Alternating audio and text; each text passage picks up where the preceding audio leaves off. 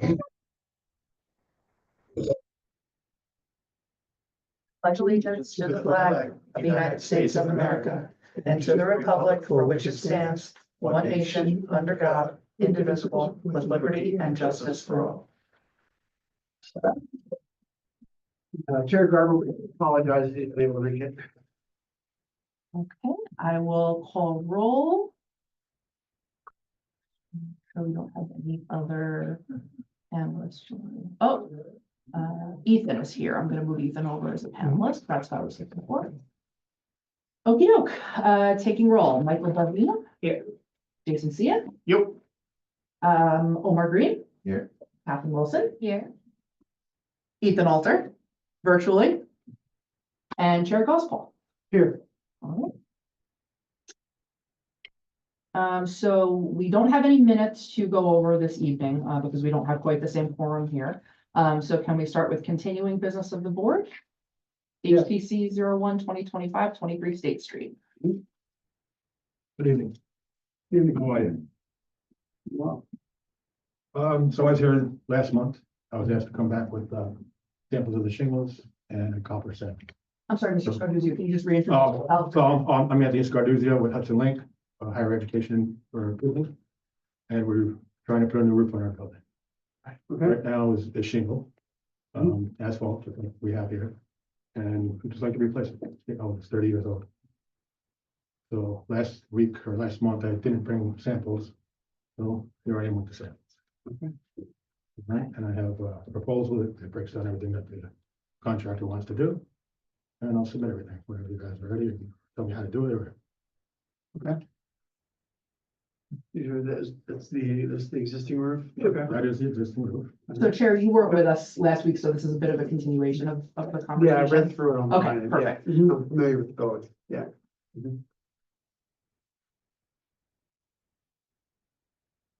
That's a 30-year-old roof right now. Yeah. And it's starting from, Okay. Yeah, It's starting to it's fall kind of a apart. brown or yellowish it's tan. tan, I see. So I brought in some color samples on the back. And since I got these, I was going over the building, because the front, if you see this, the front is still slate, it's got the scale Yeah. slating on it. So I'd like to keep this color because it's gonna match the slate Mhm. better than that tan that we have there. Mhm. What color is that? This is pewter gray. Well, you know, it's close to a slate color that the Mhm. companies make. And would the shingle be that specific profile? It's or- an architectural shingle, yeah, So it would be that exact, Yeah, that it would would be be that exact exact tile. shingle. Mhm. tile shingle, yeah. And then the copper, where would the copper The go? copper is going to be, I have it on the roof will come out and around the chimneys. Around the chimneys, okay, but not in the valley. Not in the valley, I thought we were gonna do in the valleys, but he gave me a price to just do that in shingles. Oh, so we'll do the valley You're of gonna shingles. overlap it, yeah. Stitched. Okay, So that chimney would be all copper, okay, and there's a vent on the other side, which will also be copper. okay. That's why aren't you doing the valleys? It's cost. They're not there now, and he told me it's gonna be another $15,000, Just do the valley. just the valleys, yeah. Just the valleys. So we're on a budget, and Mhm. we're a nonprofit, so we gotta work with what we got. So the This- valleys would just be, they'd be stitched as Yeah. opposed to just doing like a black flashing, Yeah, like aluminum flashing? Right. Yeah.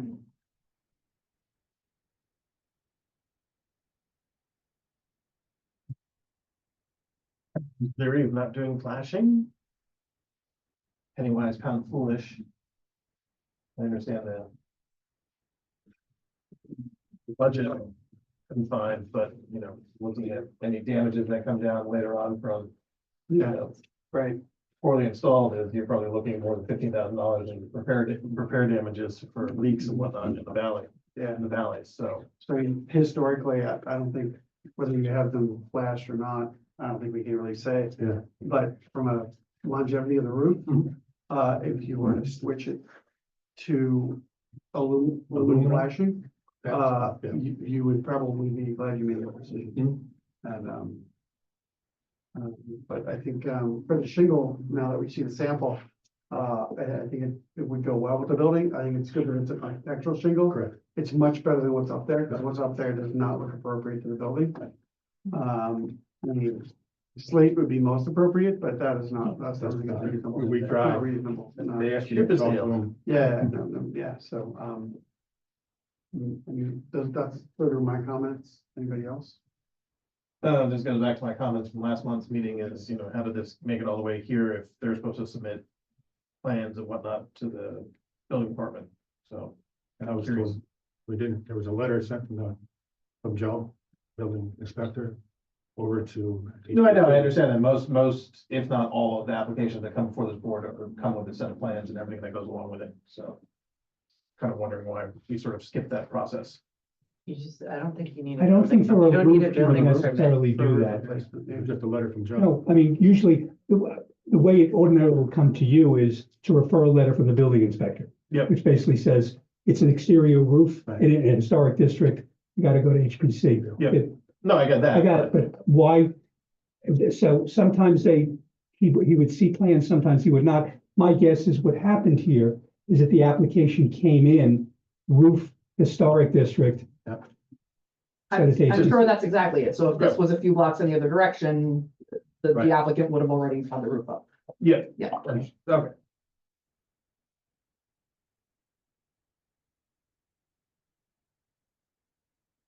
I don't have any questions. Last month we talked a lot about patterning and stuff and it was interesting, but I don't think it's really relevant to what they're doing. Are you doing any drip edge or anything? Yeah, we want to read this?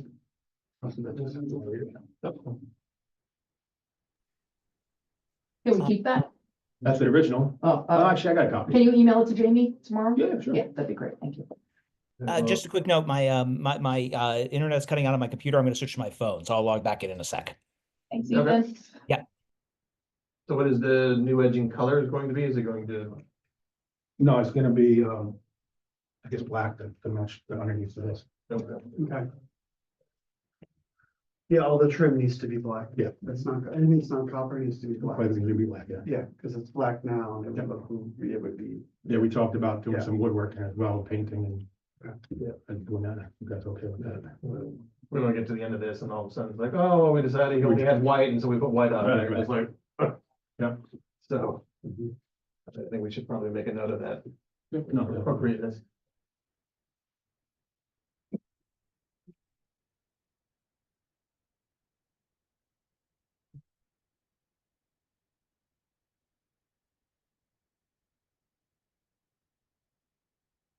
yeah, and then just write in the color of the shingle, Okay. not written in there.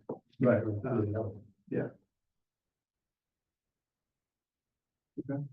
then the edging will be black and then just write in the color of the shingle. Yeah, you guys are keeping it right in that.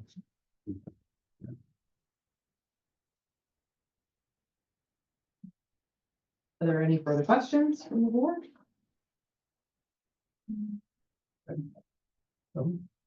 Motion to vote? Okay, so again, this is for a certificate of appropriateness for removal and replacement of existing roof shingles at 23 State Street. Do I have a motion? Make a motion? That's Michael. Can I have a second? My second. Steven. All those in favor? Aye. Aye. Great. Thank you. Thank you. Okay. Mr. Scrivener, just make sure you wait for the resolution from this board. Should be a couple of days, before you start the process, all right? Like this? Yes, please. I'll email you back a copy, just so you have it. handy. All right, thanks. Thank you. Congratulations. Thank you. Appreciate it. Yeah. All right. We are on to new business of the board.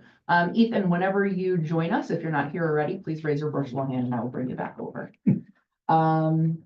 New business of the board, HPC 02. I had a feeling, I just didn't want to say. Okay. HPC 02 2025 to Hudson Street. Deborah Dimke, owner in an S50 zone district. Applicant is seeking a certificate of appropriateness for adding a handrail to the front porch stairs. I see the applicant on. I'll bring her over as well. Sorry, quick question. When does that expire? We might just do it in a couple of months. Certificate of appropriateness is generally good for, I think it's a A year. year? Okay, that's what I thought. Thank you. Sorry about it. Actually, because what's gonna happen then, sir, you get the building permit. And the Okay. building permit has the year Oh, and then it can be yes, extended. Great. Thanks. All right, Mary, if you are the applicant, can you turn on your camera and There she is. unmute yourself and tell us about your project, please? Oh, sorry, it's under my mother's name. I'm Deborah Dimke. I'm the homeowner. And How are so, you? so I received a building violation for lack of a handrail on my front porch. And I submitted into the historic board with the plans to what we would like to do for it. It's going to match the existing porch that I currently have. So the renderings show that, and I submitted photos of everything that that we're looking to do.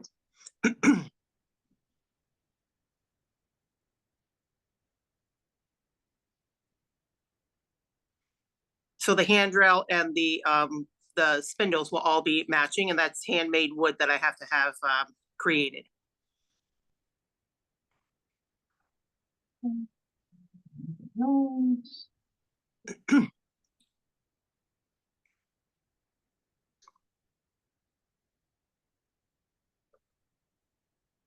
Deborah, is there anything else you want to direct the board's attention to, or am I in the right place?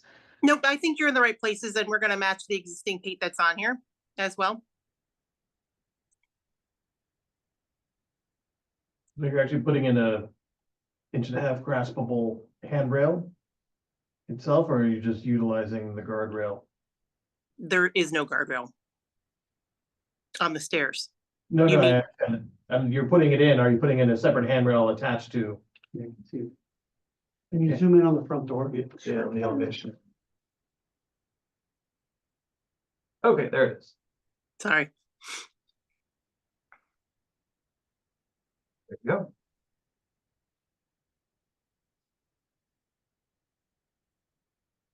And all the colors will match, I expect? Correct. Yep, we're gonna use the same colors. It's a beautiful home. Thank you.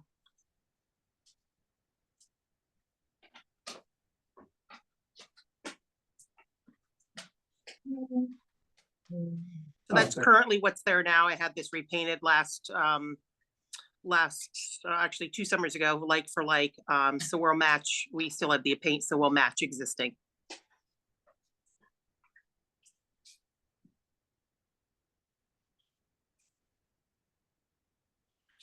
And then the handrail, Mhm. what- it'll be the dark gray or it'll be the light? It'll lighter- be that blue that you see there on the handrail that's on the porch. And then the spindles will match that kind of a beige off-white color that matches the rest of the porch spindles. Yep.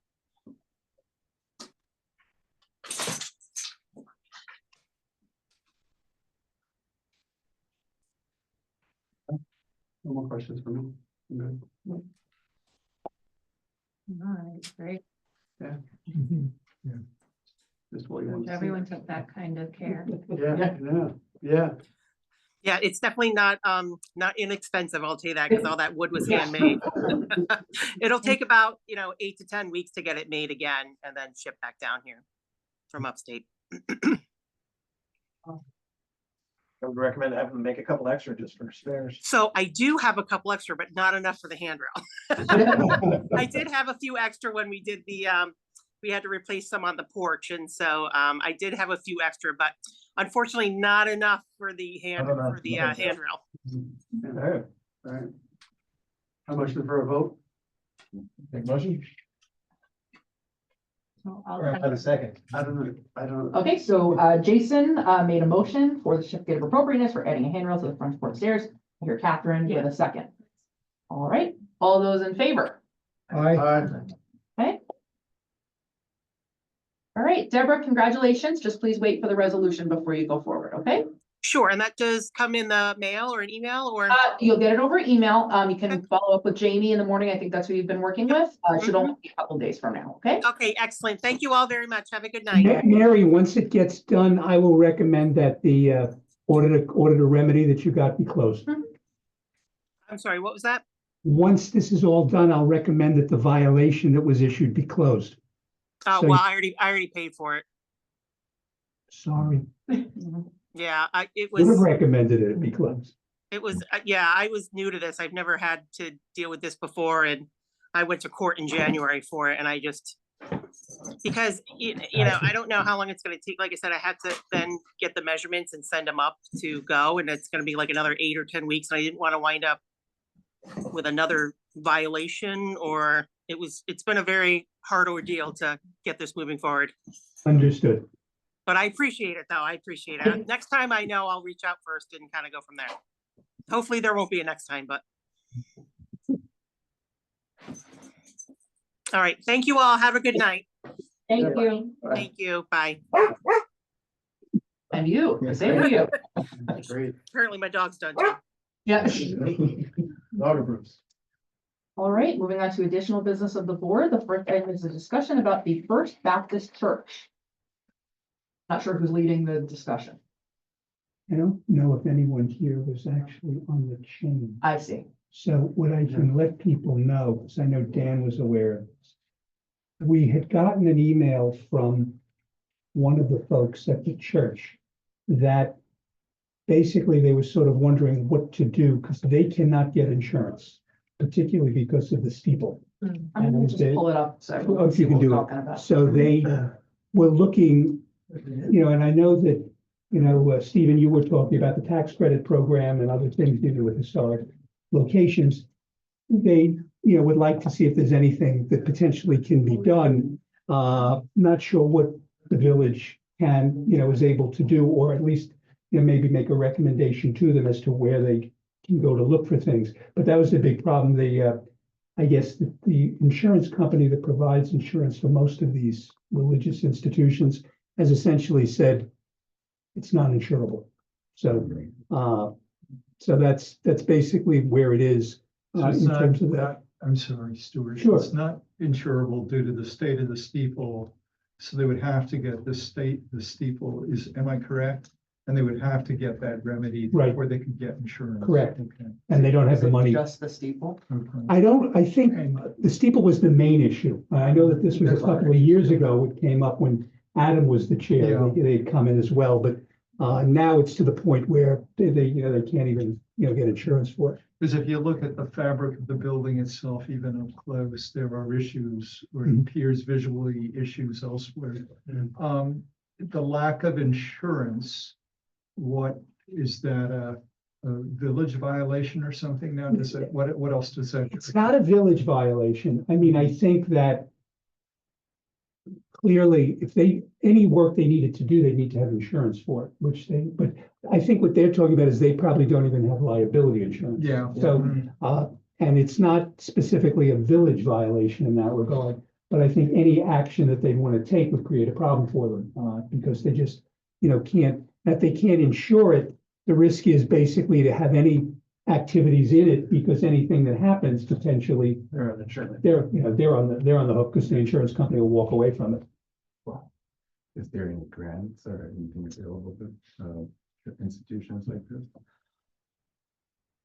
I don't know, Omar. I know that at one time we had a discussion about this, and there were some grants through certain religious institutions that were actually doing that. I don't know if these folks have looked into that or what they're doing. I do remember that the cost, I think, Stephen, for the steeple was like immense. I mean, hundreds of thousands of dollars. And they've been on a capital campaign for years. the better part of 20 years. But that I can I remember. think they only have like, the number of members of the church is really very small now.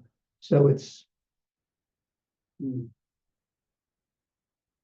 So they want to do some restoration work, but they can't because they have no insurance. right, so I guess what they were looking at is, you know, if there was anything in terms of grants that the village could talk about, or anything that could be done with regard to it. I did notice there was an article was it the Journal News a couple of days ago that I think it's up in somewhere up the river. A church was purchased by a nonprofit, and they basically turned it into art studios. The church has a small little chapel, but everything else is now sort of part of the nonprofit. So they may have to look in that sort of direction to do that, because it's in a beautiful location, particularly with you've got the other 200 Main Street next door, and everything else, but, I'm not exactly sure, other than sort of saying, check the state parks website and see what else might be out there. What else there is, or check through the church themselves. But that's, as I said, they were sending a letter, and I know, I think they sent it to the mayor and a couple of others, basically saying, what can you do? Yeah, I think some of the parishioners had contacted various members of the board of trustees. Right. To just say, we're in dire straits here. We understand that, we're probably going to be leaving, as a result of this, which is a shame. So that's really what it was, more than anything. I just want to let you folks know where we were with that. But again, it's a long-standing issue. It's been going on for quite a while. I'm sorry, Maddie, what did they tell you at the end? Their entire streets and what? I'm looking at the initial email. Someone had reached out to the planning department. First Baptist Church, I can read this, right? First Baptist Church was forced to close our doors in December 2024 due to non-renewal of our insurance policy due to ongoing structural deterioration. We're not in a financial position to repair and or restore the building since the expense to do so is enormous. That being said, we're reaching out to the village to solicit advice on where we can go from here, and also to advise us on possible funding options for the necessary repair and renovation expenses ahead of us. The church is a historical landmark in Ossining, and we want to do all we can to save our church. Any assistance you provide will be greatly appreciated. Maybe we could start Just a to- GoFundMe, Yeah, get some awareness in the community, do a video or something, to raise some funds if it's very hard. That's not fun. yeah. Something. Yeah. And it's a gorgeous building, Absolutely. gorgeous structure. Yeah. What happens if, they closed their doors? I assume the congregation or the church owns the property, but then what happens? Does it just, Well, we had, Catherine, you might remember, we had this situation across the street with the other church. Yeah. They sold their stained glass windows, which,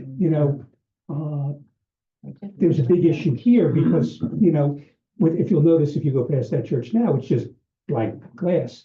Now that building has since been purchased by the school, but there was a whole issue there because, it was an exterior change to a building. And all of a sudden, one day, people came in and stained glass windows were gone. Because what happened is the church itself took the stained glass windows and did away with this, whatever you need, Sam. Sorry. There's another movie going on next door. I'm just looking at the Wikipedia original building was altered in 1834. It had been a church on the site going back to 1815. Now we're stuck with the problem of a quasi-abandoned building. Yeah, and you've got 200 Main Street, which also is empty, but that's village owned. And so, and we did a major remediation in that building. So it's sort of like Well, it's a similar story, right? The folks who owned 200 Main Street donated it to the. donated it to the village. And we just, it's a white elephant, so to speak. And there she sits 20 years later, still empty. I think the HPC should move in there. Stuart is referring to a $500,000 grant that we got from Homes and Community Renewal to do, you can even see the sign there in front, Homes and Community Renewal sign, to do a, basically interior, decontamination, molds, asbestos. Lots going on, but right now it's just basically like an empty shell, so. This is just a plug for anyone who may or may not be listening. The complicated thing about the church is that it's like the center of town. It's probably the most historic, I don't know, but one of the most historic churches in Ossining, if not up in this area. And it's like, so it's subject to all of our constraints and restraints and rules, and they can't do anything. And it's like, where are the lines so black and white that because it's not owned by the village, there's no way to assist in preserving it for the sake of the village and their property and historic value and all that? It's like, I feel like there's some blurry lines there between preserving it, which is a requirement from us, but if they can't, like, and I remember when this came up years ago, looking into grants for churches, grants for historic building, all, and we never really found, and also they had I think they had a GoFundMe type thing, and then they tried to have community outreach and, I guess it's such a small congregation that they just didn't have the manpower to make it happen. And again, since it's like a private institution, I don't know how much. I don't know. I would definitely be interested in helping them like raise awareness, but it's that, I mean, It's it iconic. couldn't be It's- more Yeah. there in front of everyone and no one seems, I don't know. With more research. There've been other times where people tried to raise funds sort of publicly for buildings and it wasn't enough because there are investment and there's developers and stuff, but I don't know, this one just seems a little more complicated. See, the difficulty you have here is what we had with Brandreth, Mm, which is, and in a sense that if left with nothing, this will be a Brandreth, Right, because ultimately it will just Collapse. Yep. disintegrate. Yeah, it'll all fall in. And It's so- Nothing to break The ruin. difficulty is in the Brandreth case, even though that building ultimately came down, we had viable owners to deal with to sort of say, we need you to do X, Y, and Z.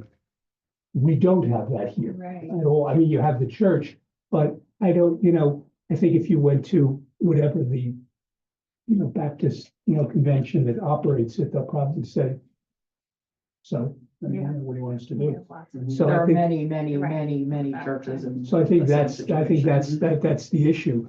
Whether if there is a way that through some public-private, someone could even take it over, because maybe something like that, because again, but, look, it's, as you say, Catherine, the difficulty is it's at the top of the downtown, which is gonna go undergo a major renovation. You're gonna have Market Square in a couple of years, you're gonna have the parking garage, you're gonna have all this stuff.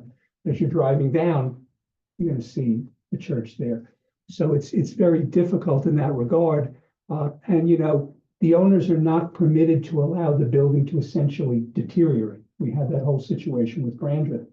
But if we issued a violation to them, it's not gonna get us anywhere, because we're not gonna be able to force them to do anything. And even if I got a judge to issue an order, what are they gonna do? They don't have the money to do it, so it's sort of like they're betwixt in between, so. Where would this ultimately go in terms of what I'm thinking of? I mean, ownership of the property, and could ownership of that property ultimately be transferred to the village? And then the village could do something? Well, I'll answer it this way in a hypothetical. If the village were interested in taking the property, and when I say taking, meaning that they would sign a deed over, that's something that could be done. The difficulty from the village's end is when it's yours, you own it. So then You've the got to village has to then Yeah. maintain it. Yeah. And as Maddie said, for 200 Main Street, were it not for the large grant, we wouldn't have done the asbestos cleanup in there. And that was hundreds of thousands of dollars. So I don't know what would have to be done here, but theoretically, something could be done along those lines. I just think that if it were a vacant lot, it'd be one thing the village would say, oh, great, we turned it into a park.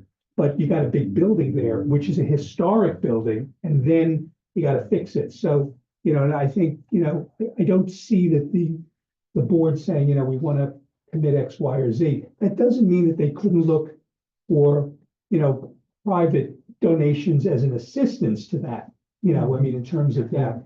And that may be something to look at, or something, the board can sort of like pursue this board to them.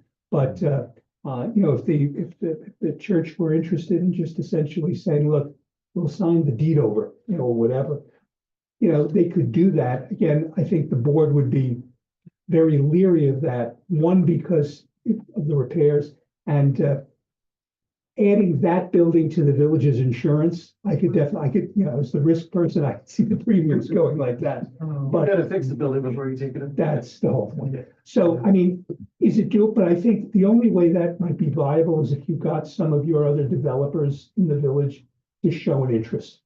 And, you know, I couldn't even say that because we have so many other projects going on, but that's Well, sort I of what mean, you it's want. in a lot of those developers' taking interest in it, because, for example, if you want to be able to lease anything, any kind of prime or Mhm. piece of real estate in the village with these new developments, and meanwhile, just up the block, you've got this old church falling down. It looks pretty bad, so. 100% agree. You know, maybe they want to buy it, fix it up, make the leasing office, do something with it afterwards. I mean, I don't know, I'm throwing out Yeah, scenarios. ideas, yeah, It's gonna, somebody with some money is gonna have to buy it. yeah, right, yeah. And, And from the and, village perspective, it'd be a balance of how much is this gonna cost the village? Yeah. Ultimately versus, is that price worth keeping an historic Look, structure in the center of the when village? 200 Main Street was offered to the village, there was an offer from a large oil company that would be its international headquarters. And the board of trustees said, we don't want an oil company, you know, and the building is where it is today. It is basically like, it's been empty since all that time. And that's just what happened. You know, there've been a lot of talk as to what to do with 200 Main Street.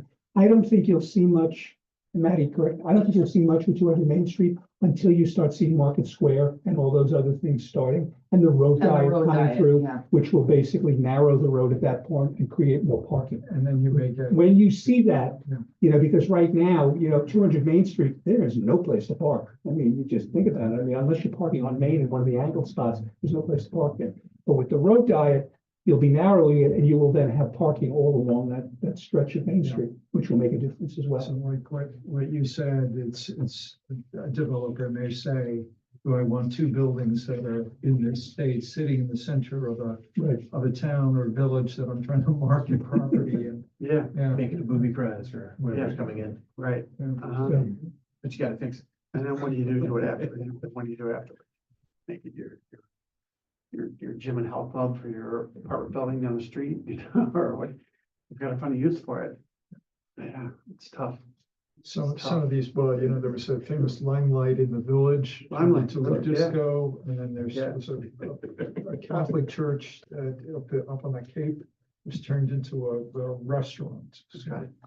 Well, I wasn't gonna mention it, but now that you have, another one of the major challenges of 200 Main Street, which I expect will also be a challenge if this building is to be rehabbed and used, is the difficulty in getting a liquor license, because of the proximity to houses of worship, and high school. mainly this one, and the high school, which is turning the corner Just here. out of the- Yeah. Getting I a know the liquor church license at that location would be very difficult, if at all. Yeah, we had someone who's right across the street from the high school, just down from Lucy's. They got a beer and wine license because you can't get a liquor license if you're within 500 feet of a school. They neglected to put that into their original application, so yes, I was sort of caught up on it. But beer, wine, and cider, those distance requirements don't apply. Here, the other problem is not only, as Maddie says, location, but you also have other bars that are within a distance. And if you have that, then you have to show basically why should we allow one additional bar in that location? So it's problematic in and of itself as to whatever you decide to use it for. And interestingly, the problem for 200 Main Street is not this house of worship that literally touches it. It's the one across the street because it's front door to front door. Yeah. The front door of 200 Main Street is on the far side, so it's unaffected by this. You only have the same rule for nail and hair salons.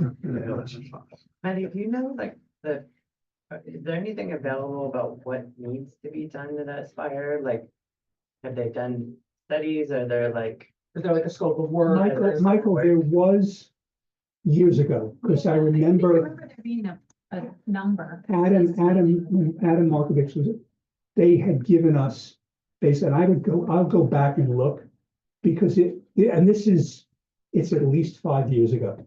But they did come in with basically what they needed to do to the steeple at that point. And I'll see if I can dig it up, but, I've seen nothing recent Because since they had then. had someone go up and stabilize it. and Right, they all put, could afford. that's all they could afford was putting metal braces, basically. Yeah, that's why I ask is like, just wondering if there's a phased approach where like. They can get it to the point of where it's insurable. And like maybe some of the restoration stuff that would be nice to happen, like. Happens later after it gets to the point where it's not gonna fall. And the insurance companies are. Could be.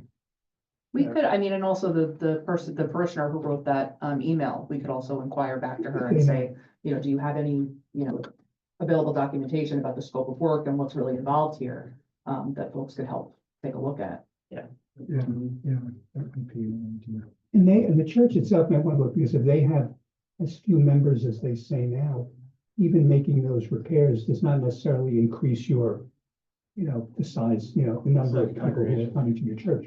So that's more from a religious end than from anything else, but I'll go back and see what I can dig up as well as with, see, because I know that they did come in here before with certain things that they had done. Okay. Okay, the second item under additional business is a follow-up on the Historic Preservation Tax Credit Program and grants. I don't know if we have any new information. I don't have new information. What I am working on is something that we can put on our website. That's what Oh, great. I'm going to do.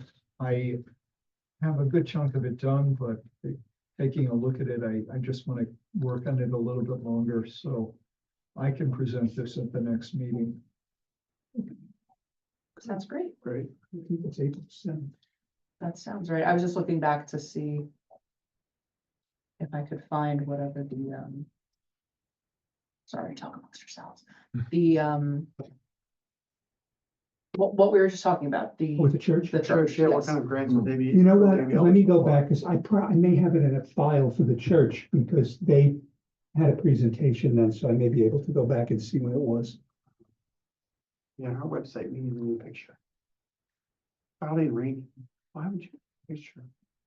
Our website, it's cloudy and rainy. Where do you mean? This one? Yeah. Oh, Dreary sky. I can do this later. If there is nothing else, that is our last agenda item for the evening. Chair, is there anything else you wanted to add? No, there is not. I have no additional items for you. Okay, could I have a motion to adjourn? I motion to adjourn. Second. All right. Stephen. Good night, everybody. Good night, Ethan, or fantastic Mr. Phone. Good night, Christy White.